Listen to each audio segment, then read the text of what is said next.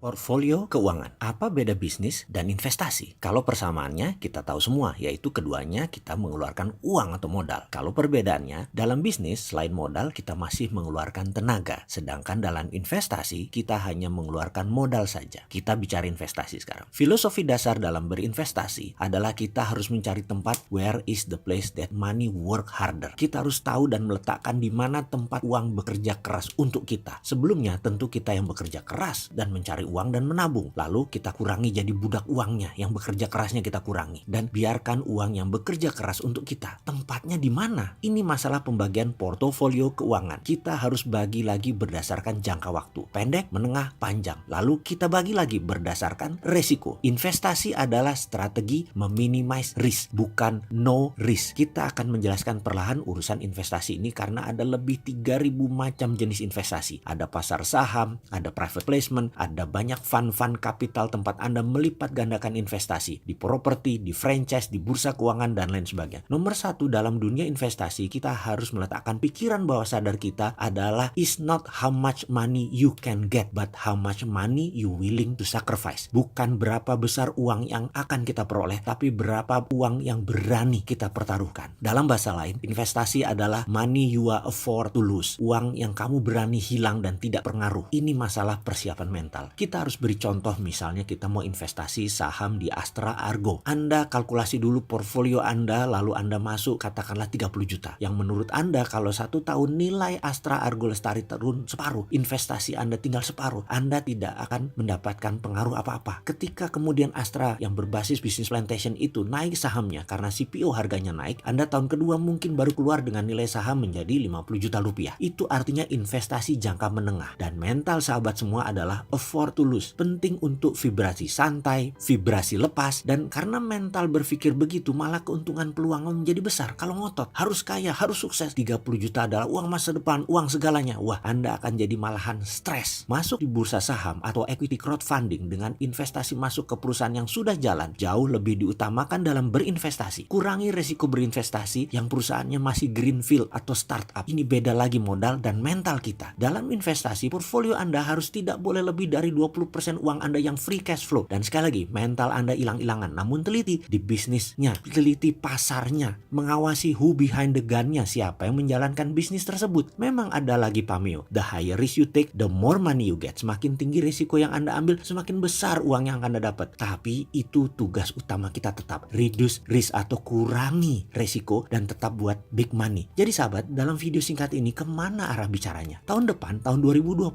ke sana adalah tahun pancaroba. Berbisnis agak riskan, namun berinvestasi malah jadi great moment. Sekali lagi, sisi lain dari investasi yang penting adalah timing, waktu, kapan masuk. Berikutnya adalah masuk di mana. Bagi saya investasi adalah seni. Investment is an art. Indah sekali, menarik dan penuh dengan gejolak semangat. Kita lanjut dengan jenis dan strateginya. Boleh? Oke, sebaiknya mulai hitung-hitungan kalkulasi portfolio pribadi. Adakah modal kita yang afford to lose? Kalau ada, kita lanjut.